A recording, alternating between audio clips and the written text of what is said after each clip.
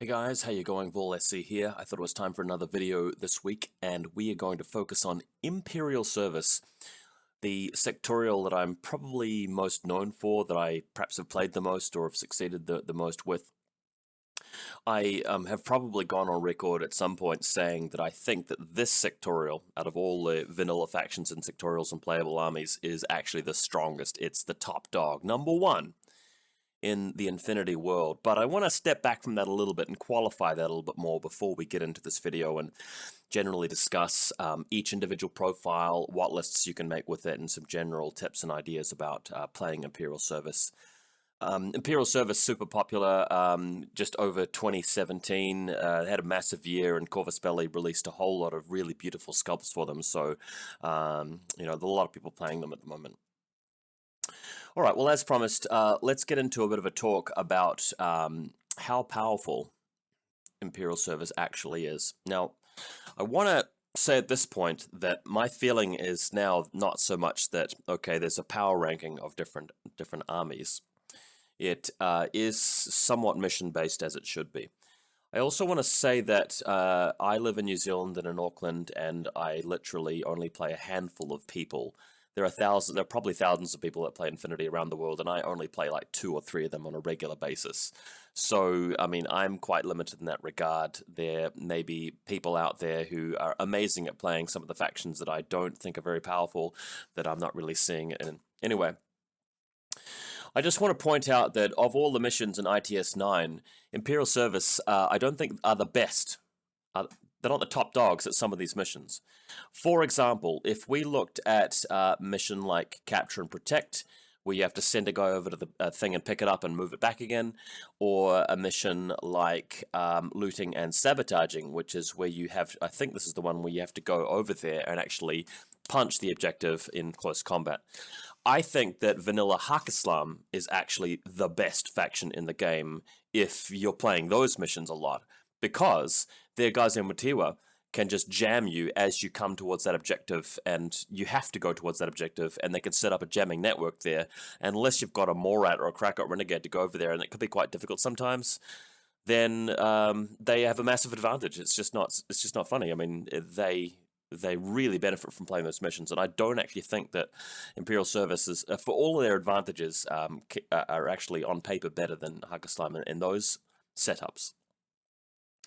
What about Biometric Visor? A bit of a quirky and weird mission. It's quite a lot different from the other ones you can play.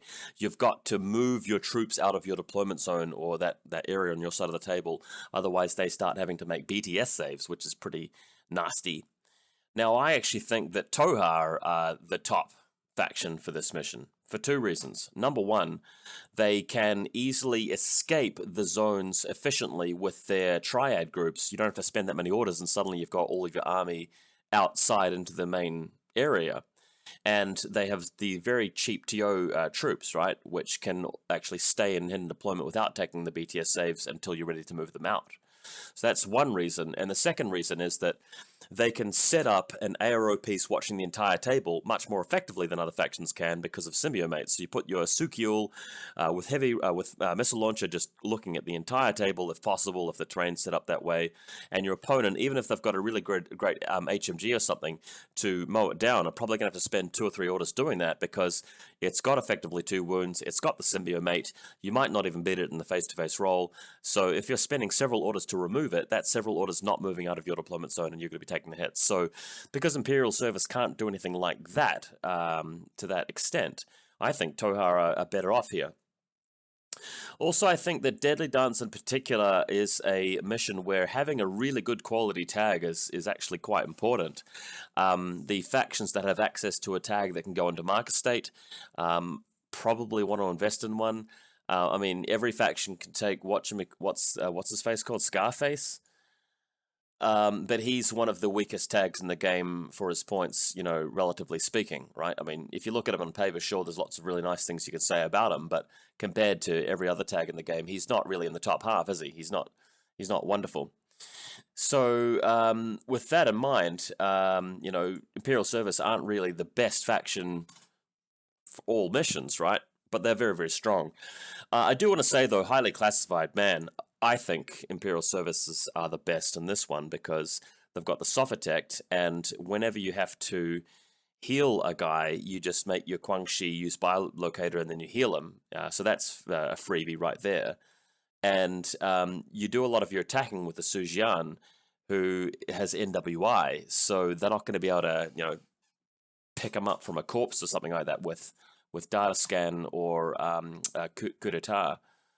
Coup de grace, rather. Sorry, coup d'etat is a different thing altogether.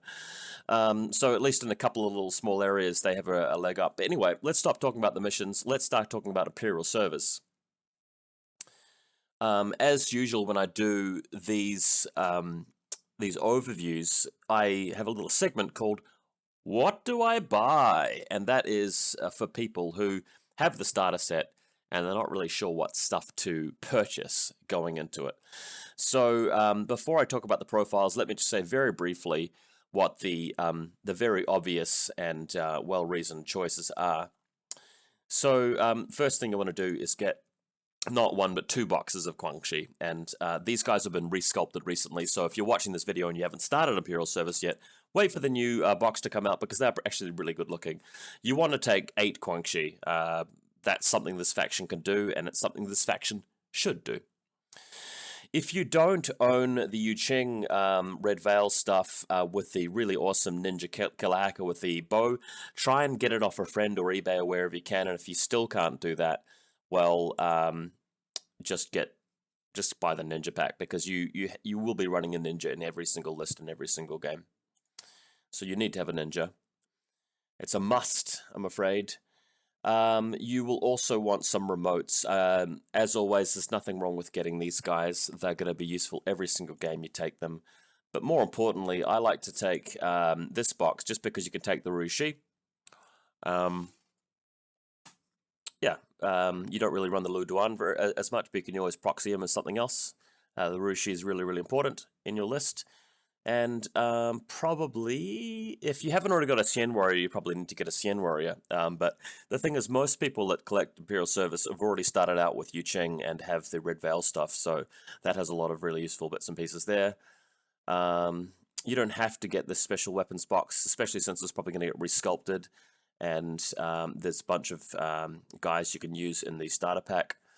And probably you want the Sujian. I mean, I talk them up a lot, and I'm going to be talking them up a lot in this video, but the Sujian is a really good purchase. So that's the easy stuff out of the way. If you're only coming to this video just to see a bit of a rundown on, what models you should get, then you have it. That you've got a lot to start with there. Okay, so let's get into the discussion. I'll go through every profile. I don't want to spend too much time talking about authorized bounty hunters and other mercenaries. This is a very, very strong sectorial. There are lots of really, really good high-quality troops that have strong arguments compelling you to run them, and the bounty hunters can't really compete. It's not like Druze where they have a special sort of, link team they can have or anything like that. So let's just overlook these guys for now. It needs to be said, of course, that Imperial Service can take these guys and make them regular. But even as regular troops, I don't think that they play a role in your ultimate setup. Bow troops. So these are not the only MSV2 units in your faction. You can take the Xian Warrior or the Rushi. So Imperial Service is sometimes known for its camo hunting ability. In my Yuqing overall video, talked these guys down a bit, and unfortunately I'm probably still going to give these guys a bit of a lower rating. Just because the Xian Warrior and the Rushi are such strong picks, and they play that role so well, that I'm not really sure if you want to run these guys. And let me say a bit more about why. If you're going to be putting them in a link team, on paper, that is very, very good. It's very powerful. But in the bigger picture, in the context, and in terms of winning and losing games, every time you have made them into a core link, that is one situation in which your Celestial Guards aren't in a link team and your Guangxi aren't in a link team. You can only have one core link team at a time, so that's one disadvantage. They'd be hogging that spot. If you run them without linking them, well, every time you go to attack with them, Rambo piece, they start in your deployment zone with 4/4 speed. They can't take an HMG or anything like that. There's no Spitfire. So simply attacking isn't super efficient. If you've got smoke up and you're shooting with a multi-sniper rifle on the attack, yeah, that's cool, but there are other things that can do that. The Xianwari in the smoke, or the Rishi in the smoke with the Sisters Fire especially, does that, and probably more cost efficiently, is what I'm trying to say there. So, Combi Rifle, X-Visor is kind of cool. MSV2 rather. There's the boarding shotgun and contender, a little bit of a cheaper profile. Multi-sniper is the one you see most often. There is a Biometric Visor. Let me just talk about Biometric Visor a little bit. Biometric Visor is good at discovering impersonators. Well, first of all, impersonators don't actually crop up all that much, and when they do, usually it's their active turn, they're killing you.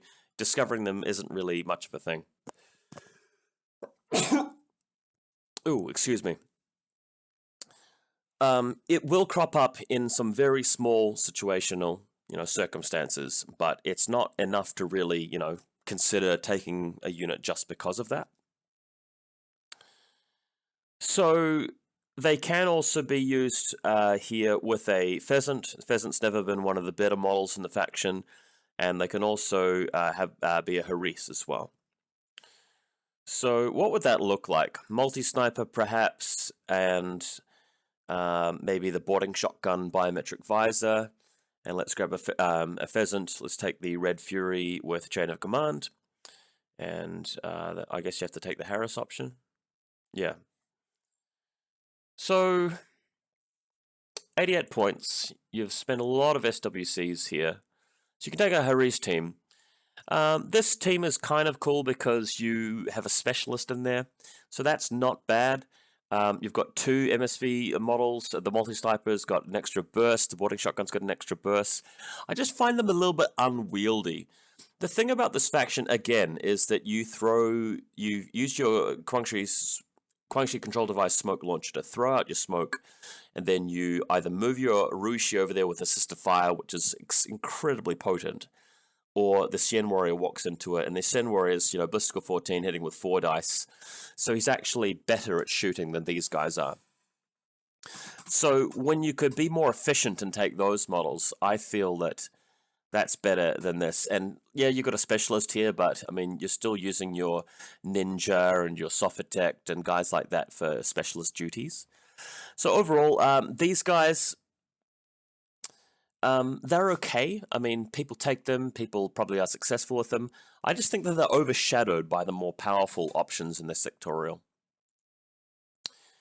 BTS 6 kind of handy. They don't have a hacker in there though, so that's a bit of a missed opportunity. Blistical 12 is fairly average for such an expensive model.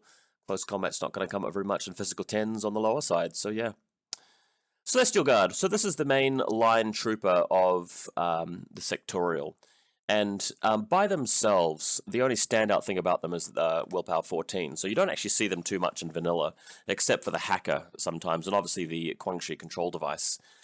But in the Sectorial, I take these guys pretty much every game. Now, obviously, you take the Quangshi control device, guys, because you're going to take 8 Quangshi. All right, so 1, 2, 3, 4, 5, 6, 7, 8. And you make, obviously, a secondary list, so secondary group. So this is sort of what most of my, Imperial Service lists start like. Got the extra Quangshi there. See if I can make this a little bit bigger. Coming back to Celestial Guards, so obviously you need to take the control device, and they're nice and cheap. I think Imperial Services are overpowered at the moment, and the one thing that I would change is that I would actually modify Celestial Guard so that you don't get the control device along with the smoke grenade launcher.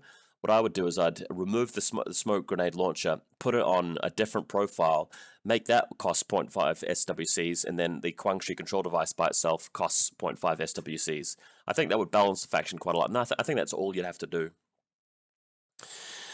So the powerful thing about these guys, in my opinion, is that they can facilitate the crane rank in a fairly cheap link. So you add the multi-sniper guy in there, you take the hacker, You want the hacker in there because he will give assisted fire to the Rishi. He comes with BTS 3 and he's willpower 14, so excellent hacker. I like to run just a pleb lieutenant in there a lot of the time, even though he's very obvious. So that's your 4 there, and keeping the cost down with a boarding shotgun a lot of the time too. In fact, why not make it a boarding shot forward observer? Just because. Oh, we've already got one in there. Whoops. 1, 2, 3, 4. Who am I missing? I didn't take the lieutenant. That's what I didn't take. So that's what my link looks like. So the lieutenant, forward observing boarding shotgun. A boarding shotgun, obviously, willpower 14. Very good at being a forward observer in the link. And the boarding shotgun sometimes comes in handy since none of the rest of them have them. Multi-sniper rifle, there are going to be times where that range band is what you need, and that's effectively a ballistical 14, shoot 3 times multi-sniper that ignores, has 6th sense, I should say. So, in games where I'm not running the crane rank, these guys are fine just because they're a really good auto battery, and you naturally get the bonuses there. But the thing I really love about them is that you can use them in a link, but then use a command token to swap their link over to the Guangxi to stop the Guangxi from running into enemy fire, or to make them more effective. There'll be more things about them that we talk about later. But they can either be an auto battery, or they can actually do some work. They can walk around the battlefield, especially in the last turn once you've lost a few key pieces, like maybe your Xian or your Ninja or your Rushi, and there's nothing to really activate there, so you bring these guys into play. But the really powerful thing about this setup that I find is probably the strongest thing, what makes Imperial Service the strongest, is that you've got access to that light smoke grenade launcher in a link in a faction that can do wonders with it. So Ballistic Skill 14, let's say you shoot at something between 8 and 16 in the good range band. Well, you're hitting on 17s, you've got two shots at it. That is very, very, very reliable smoke. So once the smoke's there, you move in with the Rushi or the Xian Warrior and you shoot through it. Also, if you're moving onto an objective and your enemy's got MSV3 or something nasty, not MSV3. If they've just got like a link team or something which can't ignore smoke, you throw the smoke grenade down, Ninja moves onto the objective, presses the button, gets away, especially if it's supplies, or if you're just trying to move through a part of the battlefield LOA, you're worried about a hidden deployment TO sniper or missile launcher. In the case of the Noctifer, putting smoke grenades down is a very advanced play. The better at infiNity you are, the more useful it is. It rewards really high thinking play. So that smoke grenade launcher, I think, is just the epitome of this faction, in my view, the thing that makes it really, really powerful. CSUs got added to Imperial Service, much to everybody's concern. I absolutely thought it was stupid that they got added to Imperial Service. They didn't need them. It might be fitting, and it might help them sell more copies of Red Veil, but beyond Red Veil, that is. But they just didn't need them, and this takes away from NCA having them as a unique thing, which kind of is annoying. Would you take them in this faction? Yeah, you could. If you had the slot there and you want to take the Combi Rifle Nanopulsar guy, who's or the Boarding Shotgun Nanopulsar guy. 6th Sense and Metachemistry are both actually really useful rules. It's just that, if you've got points for that, usually that point's going to be invested in something else, like another Celestial Guard, just because they have the ability to form links and plug gaps in links once the guys are dead. Authorized Bounty Hunter, Father Lucian Sforza. Again, I like to focus on the actual Yucheng models here, even though he becomes regular. Alright, next is Guifeng Zhi Zhuang.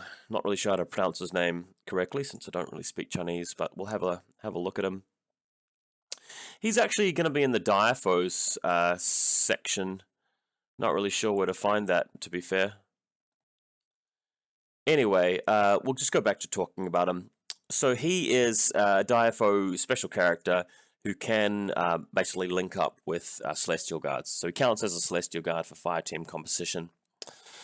20 points though, so he's a bit expensive, and for that, the big draw, the big thing about him is that he has Mad Traps and number 2.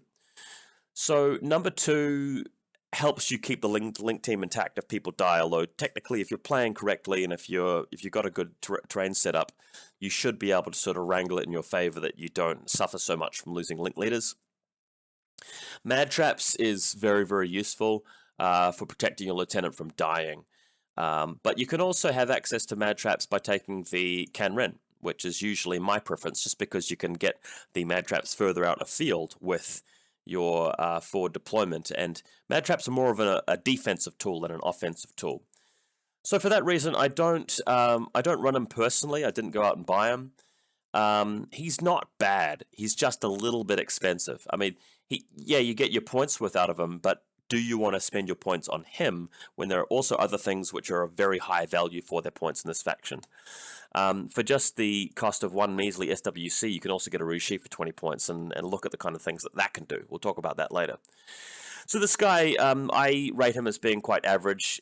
He gives the Link team a light flamethrower, but I don't feel like your list needs much more direct template weapons since you've got 8 Guangxi, all with chain rifles, who can be in Link teams as well. Combi Rifle Bliss skill 12, again, even though these guys are BS 11, they facilitate that crane rank guy, which we'll talk about soon. So he's going to be the star of the show, and Guifeng Ji Zhuang is not going to be doing a lot of shooting, in my view. So the Pheasant, this guy's often been quite maligned. He is kind of expensive. So let's take a look at the Pheasant model that I guess came up most recently, and that's the Red Fury version. This model is all about the chain of command. There is at least one ITS mission where you get a bonus of +3 whip when hitting objectives if you have chain of command, and this is where this faction would get that from. If you're worried about losing your lieutenant, maybe you're running the Xian Warrior as your lieutenant, or if you're running what's his face, Sun Ce. If you think that's a liability, then this guy would be worth it. But you don't really want to commit to the idea of putting plugging the leak if you're losing, right? You don't want to sort of set sail with your ship, obsessing about how to plug up the leaks, and expecting that to happen. You want to try and build a ship that is not going to leak in the first place, right? So with that in mind, given that most of this guy's points go into him having chain of command, is he really worth it? Again, there's a bit of fun here. Mad Traps, very useful. Red Fury, fantastic gun. He can harass with the bow troops, as we saw earlier. I've just never been sold on him, though. I mean, points in the high 30s in a lot of cases, and he's just a standard one-wound model with Armor 2, BS 12. He's got lots of small, situational abilities. We can go through them. Martial Arts, Kinematic, a Free Agent, Fireteam Duo. He's got a decent CC. But, none of that is standout for fulfilling a role. None of that is really powerful for actually achieving a specific thing and doing that really, really well. So, like I said before, you can take him, but he's just not, a standout thing in the Sectorial. I do want to spend a little bit of time talking about the fact that he can be part of... I think that he can join up with the Xian Warriors. No, I'm thinking of the Zen Jing, excuse me. Sorry, that's my bad. So, Pheasant Rank, I give this guy a bit of an average score, to be honest. I have run him. I've run him as... I've run him as the boarding shotgun guy. I've run him as the Mad Traps guy. I've played against him as the Red Fury. He sometimes does well, sometimes not. One idea I do want to put out, though, is if you run the Canron with Holo Echo, you can Holo Projector 1 as a Pheasant Rank, which can be quite funky because your opponent will think you have Chain of Command and may be less inclined to go after your Lieutenant. And it's a trick. It's just a trap. So that might be one tactic for you guys to try out. Okay, the Guangxi, which have been recently resculpted. They're the strongest thing in the faction besides the smoke. But the smoke is created by a model that, basically is grouped with these guys. These guys are definitely in the top 5 profiles in the game. They are so good for a number of different reasons. Let's just go through the reasons. Number 1, you're paying 5 points, you get a regular order. Boom. Amazing. They are the best cheerleader in the game. They're impetuous, which some people think is a downside, which is the reason why they are discounted at 5 points, because they're going to run around and get killed. Being impetuous is an advantage, not a disadvantage. If anything, you should probably have to pay more points for it rather than getting a discount for it, because it gives you free movement. It allows you to actually get up the table quicker. If you're very clever about your movements, you can deploy behind buildings, move in a straight line of 4 inches towards the nearest enemy, which is not going to take you around the corner, and you are okay. Once the smoke goes down, you keep moving. They can be involved in coordinated orders, which allow them to be brought back behind the buildings to mitigate that somewhat.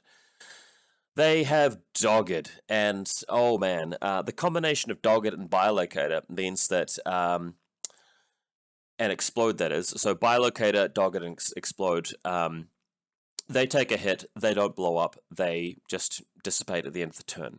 Or if you want them to blow up, they blow up. So you're in control of whether they blow up and do damage to the enemy, or whether they just die, or they keep fighting and don't affect you in any way.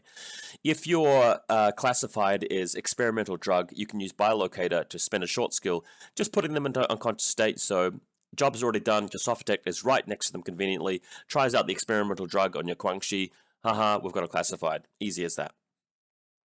They come with a chain rifle, which is an extremely useful direct template weapon for not just attacking sometimes, but defending, blocking off all of your corners. If your opponent is landing drop troopers, infiltrators, people coming in after your lieutenant, you've got chain rifles galore, and as soon as they start shooting at you with ballistical attacks, you chain rifle them. If they direct template you, then you can dodge.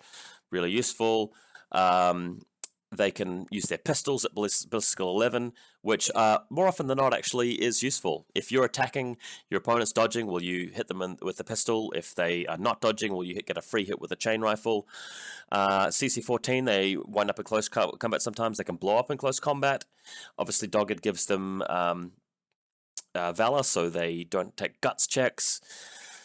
I'm going to run out of breath if I keep talking about these guys. Another thing about this Sectorial is that you can make them into link team, which is what I do if I'm going second, is I often put the command token on the Guangxi and swap it over to my Celestial Guard after I've prevented the Guangxi from moving out impetuously, because being a link team stops Impetuous.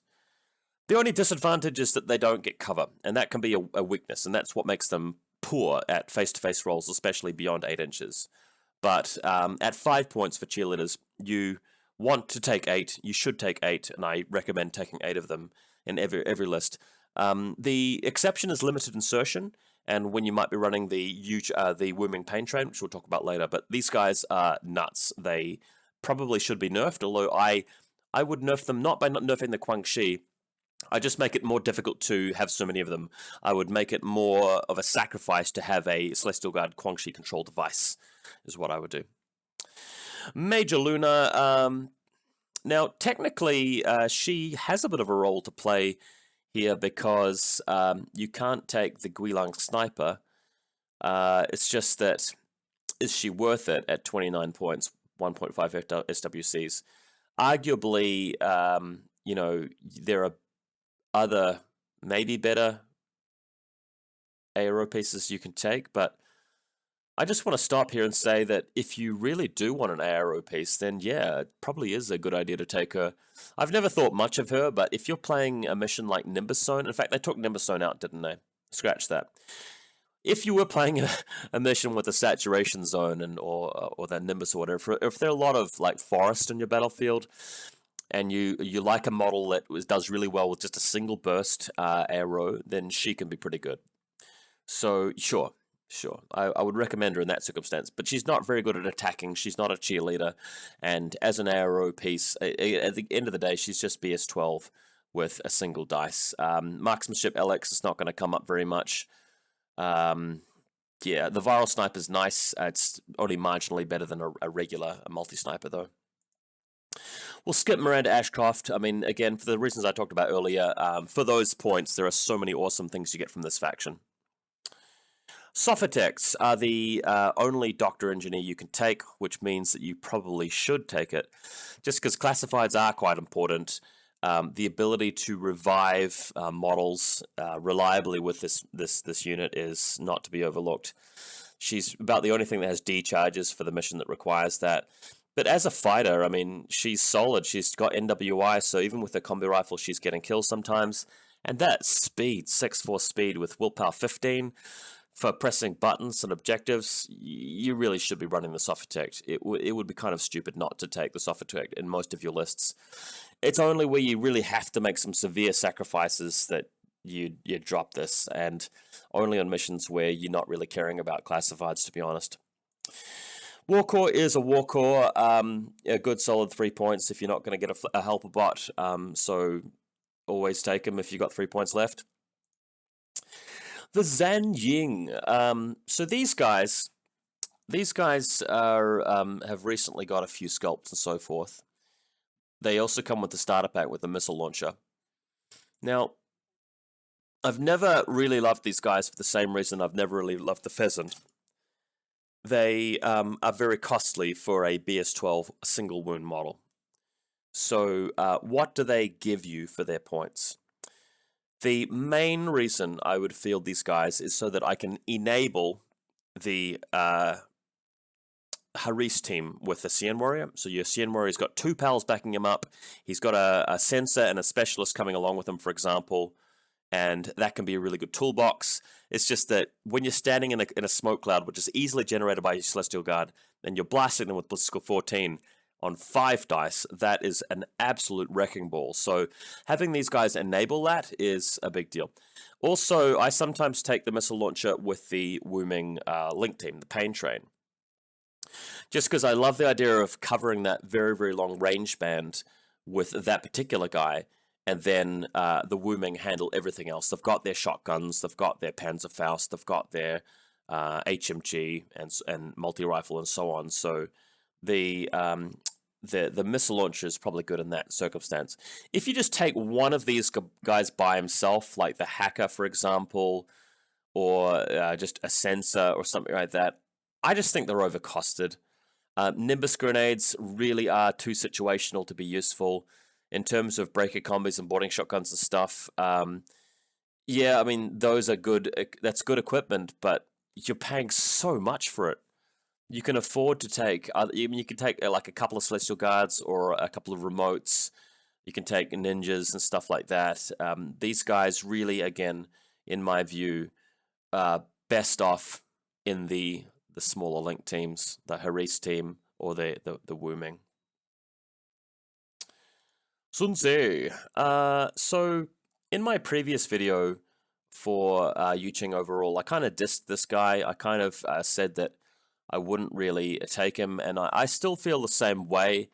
Although I just do want to point out a couple of things that I think I got wrong last time. This guy's got total immunity and NWI, so effectively he's got 2 wounds there. Shock's not going to affect him because of total immunity, which is pretty cool.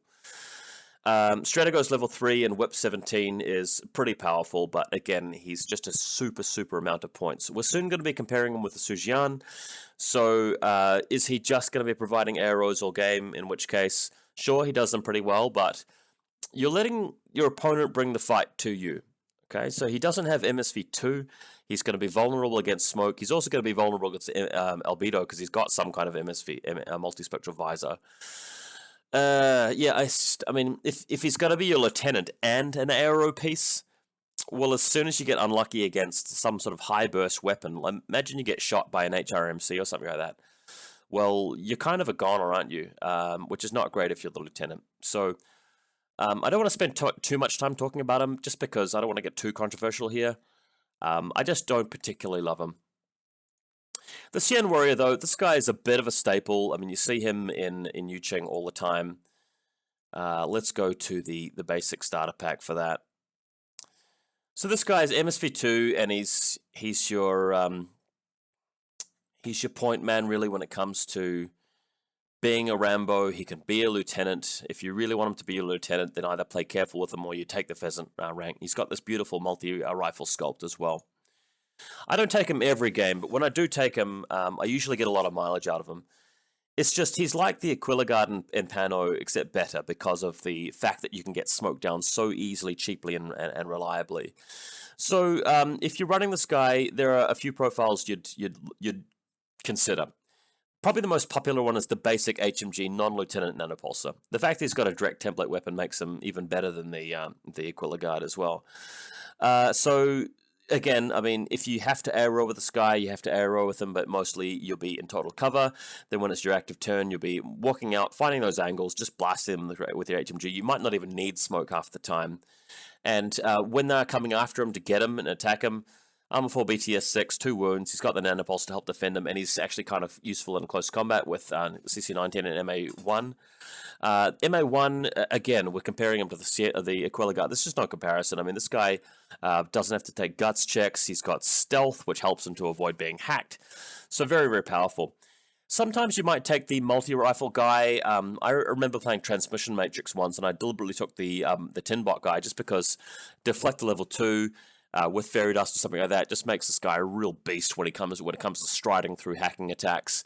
He's got stealth to avoid most of them, but even hackers and link teams with 6th Sense level 2, they're going to really struggle to get through this guy's super high hacking defenses. You can make him a lieutenant, quite notably, if he's a lieutenant multi-rifle, he gives you +1 SWCs. So that gives you the option for some of these zany sort of lists where you're running like 7 SWCs, which is kind of crazy. So there is that. Wouldn't really recommend just taking the plain old pleb multi-rifle or boarding shotgun. I think that's a missed opportunity. When you're taking a Rambo with high ballistic skill, and he's playing that role of clearing lanes, getting rid of aero pieces, you want the more devastating weaponry. To be fair. Imperial Agents. Now, these guys are absolutely sick in Imperial Service. These guys are just crazy good in this sub-sectorial, shall we say. Let's just see if we can go find their picture. The reason why they're so good is because of their ability to link with Celestial Guards. Now, this is something that not many factions can do, but these guys just do it so well. So he's the middle guy here, and he's holding the Spitfire, which is exactly the right model that you want.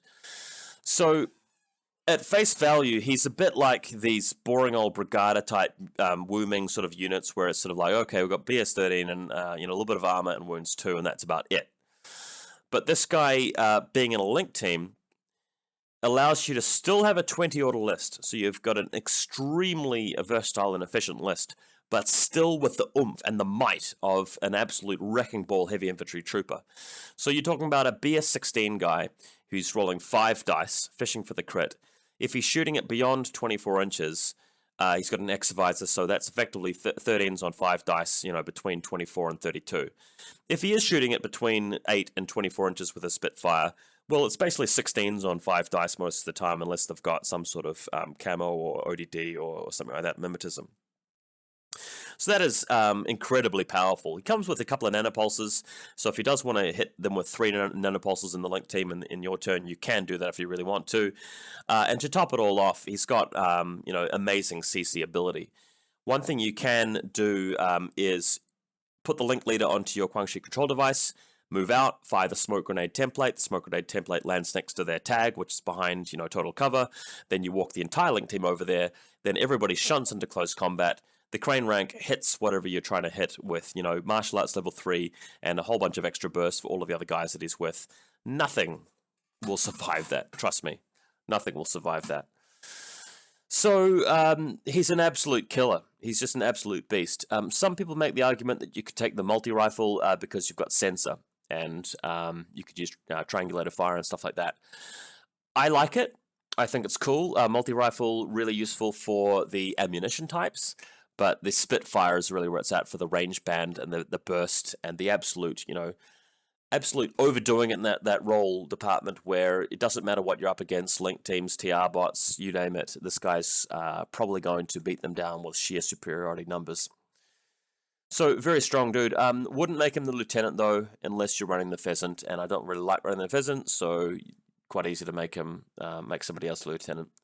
Unless you've been struggling against, assassinations, though, in which case maybe this guy's better off at doing that.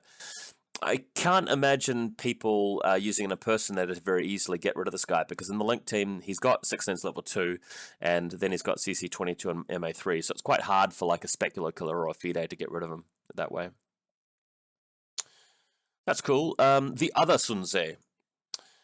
Again, it's hard to justify a model that is so expensive that isn't going to be doing a lot of damage. This guy is very good defensively, though.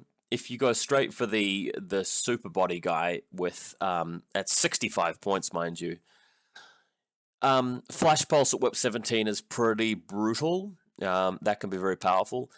Wounds 2 with NWI and total immunity means that he's got 3 wounds effectively, but he doesn't leave a corpse, which can be really advantageous for you. Mimetism makes it even harder for them to take him down. So one way to play him is just to stand him up, just ARO for the entire game with a flash pulse. They're wasting order after order after order, taking him down, and as soon as they've taken him down to 1 or 2 wounds, he just goes prone behind the wall anyway. The problem with that is, though, that if you get unlucky, then your lieutenant's gone, and that's probably game over. And even though he's whip 17, if he's trying to flash pulse them and they've got ODD or surprise attack or whatever, still he's going to be at a disadvantage. And with 1 dice against 4 or 5 that the enemy may be throwing, he's not going to be wanting to do that a lot. When it comes to attacking, are you really going to be running around there shooting sort of at medium range with a multi-rifle? I'm not too sure, because the Xian warrior does that a whole lot better and more cheaply with his better ballista skill. And the Su Jian, as we're going to see in a second, does that miles better. So let's talk about that. The Su Jian. This guy is already a beast. He's an amazing, amazing model. Just becomes so much more amazing in an order, like a 20 order list. So you can burn 10 entire orders, making him run around the battlefield as a bullet train, gunning everybody down. Then you've got another 10 orders to spend on another, like a group of Guangxi running across the battlefield, or your ninja or your Sophitek going and completing objectives. So this guy's nuts. He's absolutely bonkers. They buffed this guy a while back, changing it so that you don't have to spend a short skill or anything swapping between forms. You just have to declare it at the beginning of your order. So in the same way that you declare whether you're prone or not prone at the start, you simply declare whether you're in high mobility form or combat form at the start, thanks to mechanical transmutation, right? So let's go through it. Speed 8.2 makes him as fast as a tag, so it helps him get around the battlefield. But he's got climbing plus, so he's using that speed going up and down walls as well. Unlike a tag, he can go prone, which is hugely important. He's heavy infantry, so he can't be possessed. BTS 6 makes it even harder to hack him, and he can benefit from fairy dust. So he's better than a tag in all of those regards there. If you're shooting from the hip, run a gun, speed 8, blasting with Blistical 12 and the Spitfire can get the job done, but as soon as you encounter a target that needs a better aim, you just swap to combat form straight away and start shooting. And although combat form is speed 4.2, you're only using it once you're in position, once you don't have to move very much anymore. So that's extremely powerful. If you get too close to them, well, he's got a heavy pistol. He's got a light flamer throw as well, which is really useful for defending him. Armor 5, I can't believe that he's got Armor 5 for such a mobile, agile, heavy infantry, being tougher than a Xian warrior, for example. I just find that quite sickening. And the fact that he's got structure points instead of actual wounds means that he's immune to the errata, where shock ammunition makes a model unconscious if it started with 2 wounds. Can't believe they did that, by the way. That's absolutely stupid. And unfortunately, for opponents of this model, it does not affect this model. Multi-terrain, handy. I just can't believe he's got Climbing Plus. So Climbing Plus allows you to basically hang off ledges on the side of a wall. It allows you to get up and over into close quarters with lieutenants and cheerleaders and whatnot. So what's happening with this guy is that, you know, he's basically a bullet. You're spending 10 orders just running around getting as many kills as possible. And if you can gut the order pool of your opponent, it's just so hard for them to come back against your 20 order list. You have to be sort of careful with him, though. Usually I make him the reserve model. I like to go second when I'm playing Imperial Service, just because they can handle it, they can defend so well, and going second is usually a better way of winning in most scenarios. If you're going first, though, use this guy as the reserve model. Just chase him around the battlefield. If he's going to be up against hacking, make sure you put fairy dust up first with your Celestial Guard. But he's just so resilient, he's so accurate, he's so mobile, and he's cheap for the points costs, in my view. Alright, getting there. So, the Wuming. These guys are actually probably one of the only viable heavy infantry core links in the game, just because you can run them with so many support models thanks to the Guangxi being there. So even though these guys are a little bit bland in terms of their abilities, What's not bland about them is the fact that they can exist in a list where you've got a backup link team, you've got a ninja, you've got a soft attack, you've got robots and things to run around the battlefield quite easily. I quite like running the HMG, the boarding shotgun forward observer, sometimes the chain rifle guy just to keep the cost nice and low, and like I said before, the Zen Jing missile launcher as well. If you are worried about hacking, the deflectors in there as well, but I don't often worry about hacking so much with these guys, just because you can stay out of hacking range. It's cool how you can take a light grenade launcher. Speculative fire is actually pretty good at the moment. Hell, you could take 4 of them with light grenade launchers if you want, and just charge them around the battlefield, and then break the link team and coordinate a suppression, coordinate a speculative fire, or all 4 of them firing at somebody's lieutenant. That'd be pretty sickening. So they're strong. You can even take this Emid anti-personnel mines guy, but I don't see him too much. A lot of people pass up the Panzerfaust light shotgun guy, but I quite like him. I don't find him too expensive. You don't use him offensively, but the Panzerfaust can actually be quite a deterrent. I mean, he's BS-16 with the Panzerfaust in some cases, so you can use them as that expendable sort of aero piece, and after his shot is low, then you can just guts back behind cover if he survives. Chai Yakong helps to keep, you know, obviously it helps as a cheerleader, so you can take one of those. Smart missile launcher, not really going to talk about these guys. Smart missile launchers aren't that good in the game at the moment just because of U-turn and how difficult it is to get the targeting off. No reason why you wouldn't take a sensor bot. They're always kind of handy. It's just that if you can't afford them, there may be other troops you're meant to take. Helper bot for the soft attack is always going to come in handy. The Minesweeper, again, if you are going to be playing a quadrant control sort of mission, it could be useful. The Evo hacking device can be kind of handy for maybe dropping a Garuda in, or maybe helping out with Team Pro for link teams, but I don't really see him or take him very much since you've got this Celestial Guard hacker. Alright, Ludwin. So this guy is a little bit maligned. I find him a little bit difficult to use just because if you're going to use Hollow Echo 2, he's just so big and clunky, and it's quite hard to hide the real Hollow Echo correctly or make it less than obvious as to who the real guy is. If you're going to run this guy, my recommendation would be to Hollow Echo 1 or Hollow Projector 1 as a Pangolin or something like that, a Pangolin Minesweeper, just because if you just keep him on the side of the battlefield and inconspicuously just leave him there, your opponent might just come on the side with a drop trooper or something and then get flamethrowered. So that could be pretty good. When you're attacking with him, MSV1 with the Mark 12 can be pretty brutal, but the Rui Shi does that better. So let's look at the Rui Shi. I think this guy, the Rui Shi, guy on the right here, sorry, yeah, he's on the right. The Rui Shi is, I think, in my view, the most undercosted model in the game. At 20 points, you're getting this absolute beast of a robot, assuming you have assisted fire on it, that is, for running around the battlefield. And the powerful thing is that even if you're shooting the smoke like 30 inches away or 40 inches away with your Celestial Guard, you've got 2 shots at it with +3 Blister skill. So it's actually quite order efficient to snipe that smoke grenade way over the other side of the battlefield. You run with your Rouge, you get into that position under the smoke grenade, and then you're shooting as if you're a bulleteer. In fact, better than a bulleteer, because the bulleteer is still attracting more than one arrow at a time, whereas the Rishi can just pick his targets one at a time with that juicy Spitfire, effectively hitting on 15s with the range because you ignore cover thanks to assisted fire. So good, and the repeater often comes in handy for your juicy hacking in the form of Celestial Guard hacking and Ninja hacking. The Kanrin. So Kanrin, I used to take this guy all the time. I don't take him as much anymore, just since the Ninja is enough, I think, in that role. He's still really good, though. I love the Mad Traps guy, especially in missions where you just have to survive the first turn, and then if you're still intact after the first turn, then you win. So Mad Traps can really help with that. The fact that he can hollow himself as another version of himself can be cool as well. Like, let's say you pretend to be the forward observer when you're actually a killer hacker. That can actually be a thing that surprises people sometimes, so that can be amazing.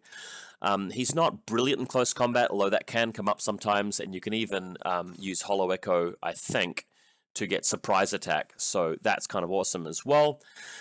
And he's not too expensive. I mean, for a guy that can effectively infiltrate, he's pretty much on the money in terms of the points. It's just the one thing that really lets me down a little bit about him is that he doesn't have marker state. So if you're not going first, to take a full advantage of full deployment, he's way out there, and your opponent can put their marker next to him and kill him. So I don't love that, but if you're a bit cautious with him, and if you know what you're doing, it's pretty easy to get a lot of mileage out of him. I personally like the Mad Traps profile, or the Killer Hacker profile, or the plain old Fort Observer boarding shotgun profile. If you run him as a mine layer, it becomes a bit too obvious where the mine actually is because he doesn't have camo himself, so I probably wouldn't recommend that too much. And the Assault Hacker is probably a no-no because he's got no marker state. Your opponent can see where the Assault Hacker is, and they can get a Killer Hacker onto him. Lastly, the Ninja. There's only one profile that you should take, and that's the Killer Hacker. And you should take it every single game. I think it's possibly the best profile in infiNity, period. Because it's so freakishly efficient. It's just a diamond. It's a gem. What more can we say?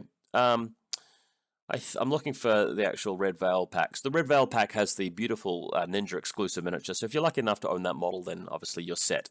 But you can use any of the other ninjas to represent him. So the Killer Hacker Ninja goes into hidden deployment. If your opponent has left anything in the middle of the table nearby the Ninja could very easily come out of hidden deployment, stay in marker state, walk around to the back of that model, and then attack them in close combat with surprise attack, double action close combat weapon, CC23 and NMA3, adding +6 to your dice roll. You're going to be able to kill them. If they've got a tag and suppression fire out there, you walk over to the tag, you get into close combat, you can even move a couple of Quang Shi over to help out, and then you're just whacking that tag to death very, very effectively and easily. You are pressing buttons in the middle of the table with Whip 13 pretty reliably. Sometimes the arrow from the bow can be effective at close range. It's basically double action if you hit them with the bow as well. And you're a Killer Hacker at the end of the day. So if they come nearby with a hacker, or if they leave a hacker somewhere where you can go out and take advantage of that, or through a repeater, this guy's doing all of that, and he's only 29 points. Sometimes the 29 points is just there to, as a marker state, move into a quadrant. And your stealth, your marker state, you've got infiltration. So you put the points in there very effectively and easily. So this guy's amazing. I just want to very briefly say that, let's say you're going limited insertion, you're playing the Wooming list. The Assault Hacker might be better there just because you want to actually get the points and you've only got 10 models. The Multi-Sniper may look good on paper and can be very useful, but he's too expensive what he does, and BS11 with just a single shot is just not that reliable. The rest of these guys can be kind of useful if you don't want them to be hackable. The Tactical Bow 26-point guy that is not a Killer Hacker and not a specialist, mind you, is he's worse than the Killer Hacker, but there may be some situations where you prefer him.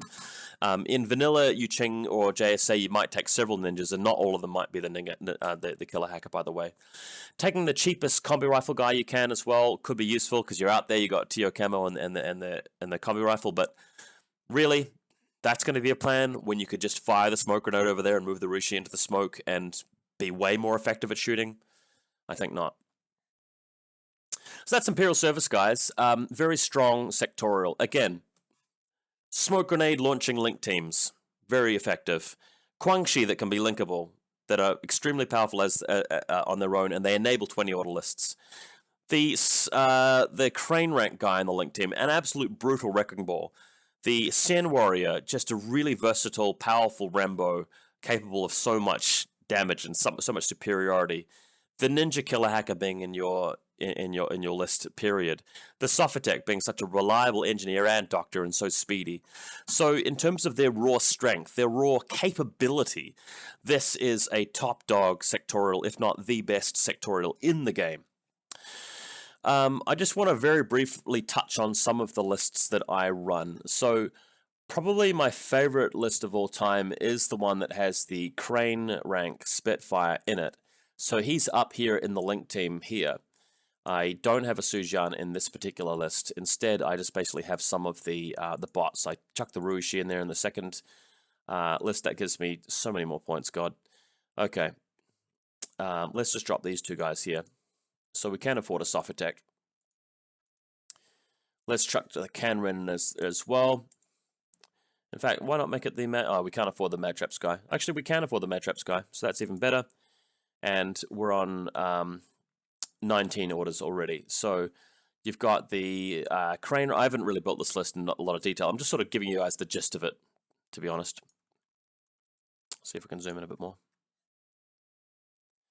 So Group 1 has the crane link, and it has all the Guangxi as well. So what you're spending your orders on in your first turn is either moving the link team around, bashing people with the crane, or firing smoke grenades with the link team and then running your 4 Guangxi around, just messing them up. That's an entire order group.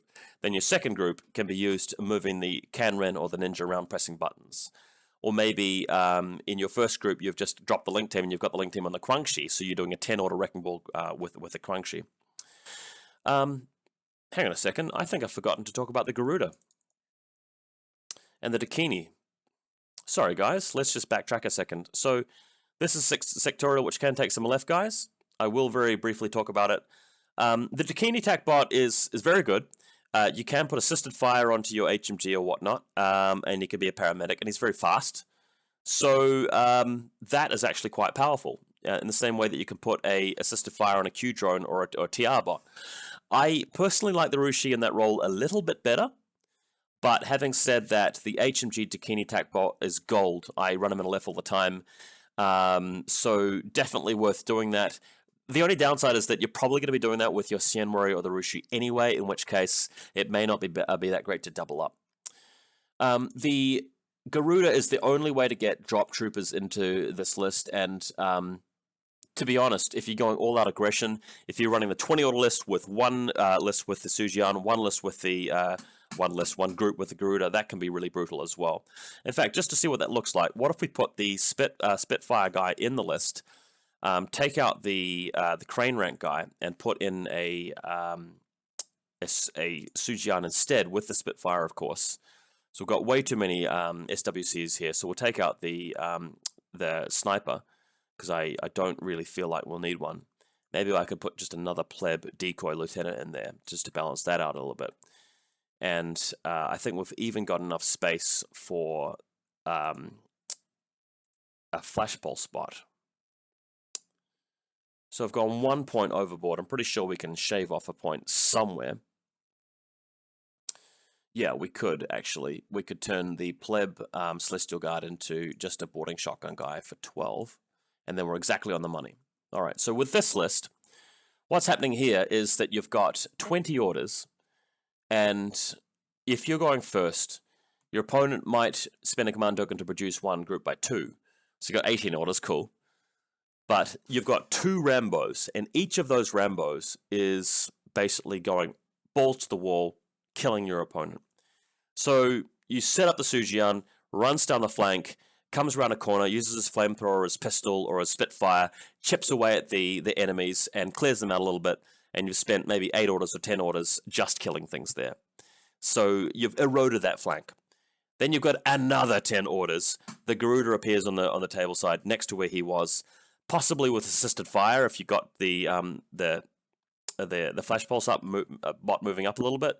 In fact, if the Sujian was in the same group as the flash pulse bot and the Garuda was in this group, then what you can do here is that with group 2 is you can coordinate an order moving the Sujian and the flash pulse bot up along the side of the table. Then the Sujian continues attacking them, clearing them out.